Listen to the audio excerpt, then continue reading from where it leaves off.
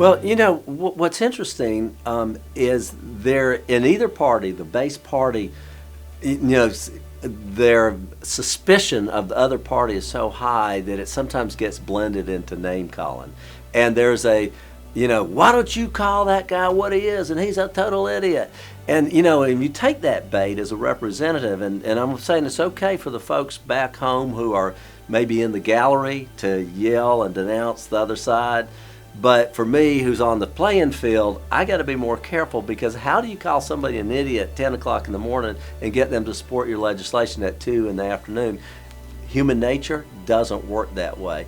So as a elected representative, you have to, in the classic sense, agree to disagree in an agreeable fashion.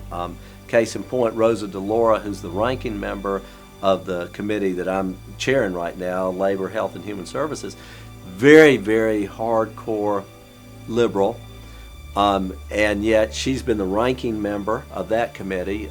Prior to that, she was the ranking member of the Agriculture Committee, which I chaired, the appropriation side of it. But before that, she was the chair.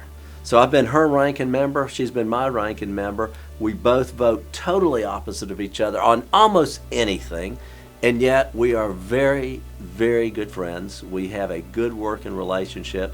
And at the end of the process, and the process meaning a 1 year, 11 hearings, if not more, lots of debates, lots of action on the legislation. You finally get it passed, get it through the Senate. So it's a 1 year process to pass an appropriations bill. And at the end of it, she may vote no, or I might vote no, and she might vote yes, but we still get along, and her fingerprints are going to be on the bill, and my fingerprints are going to be on it. We both will have had impact, and I think that that's something that we miss out today, that you have to have if you're going to be effective. You got to work with people who don't agree with you, because Rosa DeLauro, coming from Connecticut, was sent up there to oppose people like me. I have a 100% pro-life rating. I have 100% with National Federation of Independent Businesses. I have 100% with the NRA on the Second Amendment issues. Well, all her people back in Connecticut, they oppose those, so she opposes them. And that's a reflection of this 311 million country of ours.